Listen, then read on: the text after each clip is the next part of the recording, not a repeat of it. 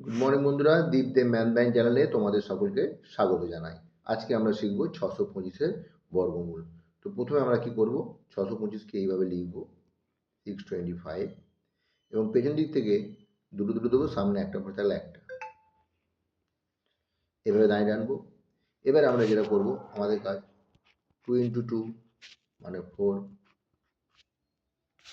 3 into 3 মানে হচ্ছে 9। তাহলে আমার দেখো 2 ইন্টু 2 করলে 4 হচ্ছে, 4টা আমি এখানে বসাবো, 3 ইন্টু 3 নিতে পারবো না, তাহলে 2 ইন্টু 2 4। 6 থেকে 4 বিয়োগ করলে হবে 2, এই দুটো 25 নামলো। তাহলে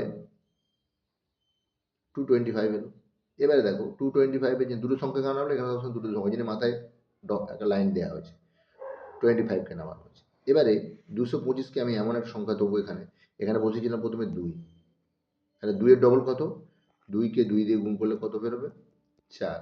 তো আমার 4টা আমরা এখানে বসাবো, 4 বসালাম, তাহলে শেষে 5 আছে, মানে 5-কে 5 দিয়ে গুণ করলে একমাত্র 25 আসবে, আর অন্য কোনো সংখ্যা দিয়ে আসবে না। তাহলে 5 যদি এখানে দিলাম 5, তাহলে 5-কে 5 দিয়ে গুণ করলে এই সংখ্যাটাকে এই গোটা সংখ্যা দিয়ে গুণ করতে হবে। 5-কে 5 দিয়ে গুণ করলে 25, 5 4 যা 20, আর 2 22, তাহলে মিলে গেল আমাদের। তাহলে √/625 ইজিক্যাল টু হচ্ছে 25।